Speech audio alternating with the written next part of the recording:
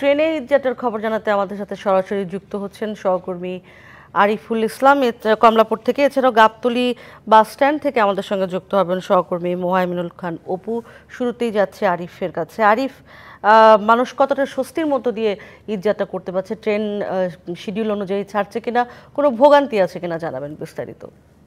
এখন পর্যন্ত কোনো প্রকার ভোগান্তি ছাড়া নির্বিঘ্নে বাড়ি ফিরছেন এই ঘরমুখ মানুষ।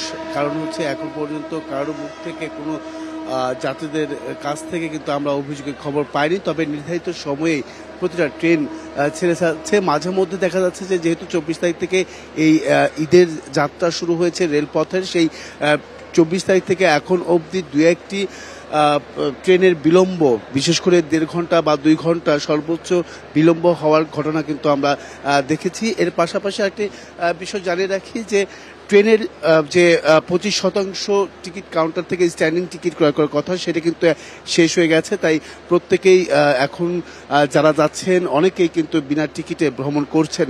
সেই বিষয়টা এমনকি ছাদে ওঠার যে প্রবণতা, সেটা কিন্তু রেলওয়ে কর্তৃপক্ষ তারা কিন্তু বরাবরই নজর দিচ্ছেন। তারপরেও অনেকেই কিন্তু এইভাবেও চোখ আড়াল করে বা চোখ আড়াল করে কিন্তু তারা এই রেল কর্তৃপক্ষের চোখ আড়াল করে তারা কিন্তু এই ছাদে উঠেছেন। বিশেষ করে এই কমলাপুর রেল স্টেশনে যারা কর্তৃপক্ষ আছেন, তারা সংশ্লিষ্ট, তারা কিন্তু প্রত্যেকে বলছেন যে এখানে তাদের লোকবল বেশি বিধায় তারা যতটুকু পারছেন তাদেরকে করছেন। কিন্তু অন্যান্য স্টেশনগুলোতে, বিশেষ করে বিমানবন্দর railway station, Joydebpur railway station, এই সমস্ত স্টেশনগুলোতে কিন্তু রেলওয়ে কর্তৃপক্ষের লোকবল কম থাকায় তারা এই যে ছাদে ওঠার যে প্রবণতা, সেটা থেকে কিন্তু তারা অনেকটাই সফল হতে পারেনি। সেই বিষয়টাও কিন্তু নিশ্চিত করেছেন। এছাড়াও পাশাপাশি যদি আমি একটু বলতে চাই যে ভাড়া নিয়ে এই জামালপুর কমিউটার বা এই ধরনের যে লোকাল ট্রেনগুলো আছে, সেই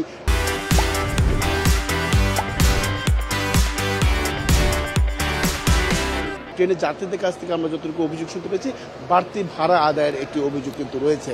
তো দিন শেষে বলা যায় যে প্রতিটা ট্রেনই কিন্তু আসলে নির্ধারিত সময়ে প্ল্যাটফর্ম থেকে ছেড়ে যাচ্ছে। তো এই ছিল এখান থেকে উর্মি সবশেষ।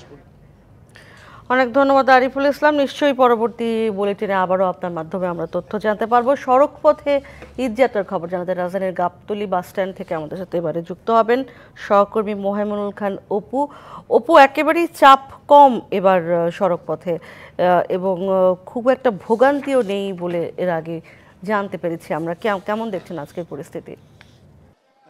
সকাল থেকে আমি গাবতলী যে কেন্দ্রীয় বাস টার্মিনাল সেখানটিতে রয়েছে। এখানে তুলনামূলকভাবে যাত্রীদের চাপ কিছুটা কম হলেও অন্যান্য বছর থেকে কিন্তু অনেকটাই কম, সেটি কিন্তু বলা চলে।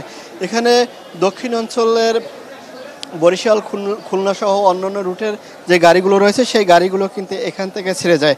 এখানে ঈদের আজকে 29 তারিখ, সেই 29 তারিখে আগ থেকে যারা টিকিটগুলো কেটে রেখেছিলেন তারাই কিন্তু আজকে এখান থেকে যাচ্ছেন।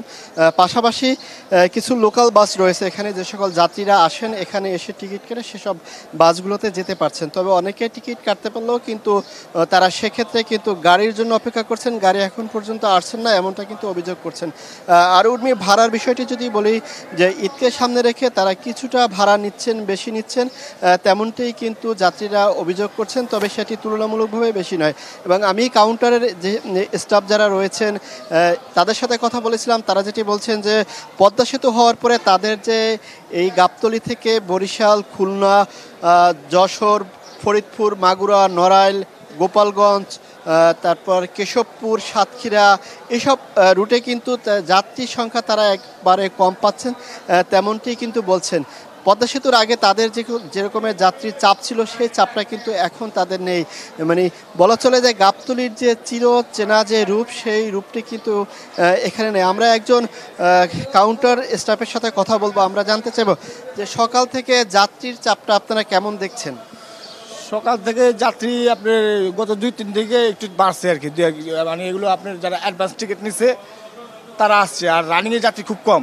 মানে রানিংয়ে যে টিকিট নিতে আসছে ওইসব যাত্রী এখনো আসে নাই। বিগত বছরের তুলনায় এবছরে কি যাত্রীর চাপটা একেবারেই কম নাকি একটু বেশি রয়েছে? মানে গত বছর আরও চাপ কম ছিল, পদ্মা সেতু হওয়াতে গত বছর আরও কম ছিল। এবার তার মনে হয় টুকটাক একটু দেখা যাচ্ছে, কিন্তু পদ্মা সেতু হওয়াতে গাবতলীতে রুম জুম একবার কমে গেছে। যাত্রী তো করে এখন কোনো যাত্রী না বললে চলে। তারা যেমনটি অভিযোগ করে বলছিলেন যে যাত্রীর চাপ বিগত বছরগুলোর তুলনায় একেবারেই কম। তো রাজধানীর গাবতলী বাস কাউন্টার থেকে এই ছিল সবশেষ খবর। উর্মি। ধন্যবাদ আপনাকে অপু।